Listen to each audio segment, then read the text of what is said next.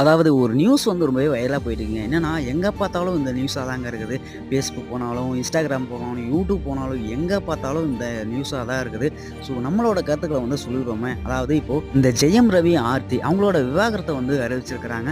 பொதுவாவே இந்த ஹீரோக்கள் ஒரு சில ஹீரோக்கள் எல்லாருமே வந்து நல்லா வந்து மேரேஜ் வந்து பண்றாங்க. நல்லா ஃபங்ஷன்லாம் வைக்கிறாங்க. ஸோ அதையெல்லாம் தாண்டி திடீர்னு விவாகரத்து அப்படின்னு வந்து சொல்லிறாங்க. எல்லாருமே வந்து அதிர்ச்சியா தான் இருக்குது. ஸோ என்னடா இது அப்படிலாம் ஃபோட்டோஸ் போடுறாங்க, இங்கலாம் போறாங்க, அங்கலாம் போறாங்க.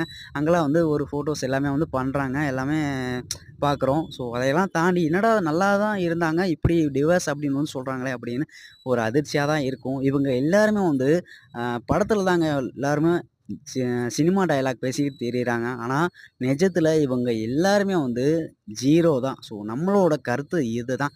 மக்கள் எல்லாரும் உங்களோட கருத்துக்கள வந்து கீழ கமெண்ட்ல சொல்லுங்க. மறக்காம நம்ம சேனல சப்ஸ்கிரைப் பண்ணிக்கோங்க.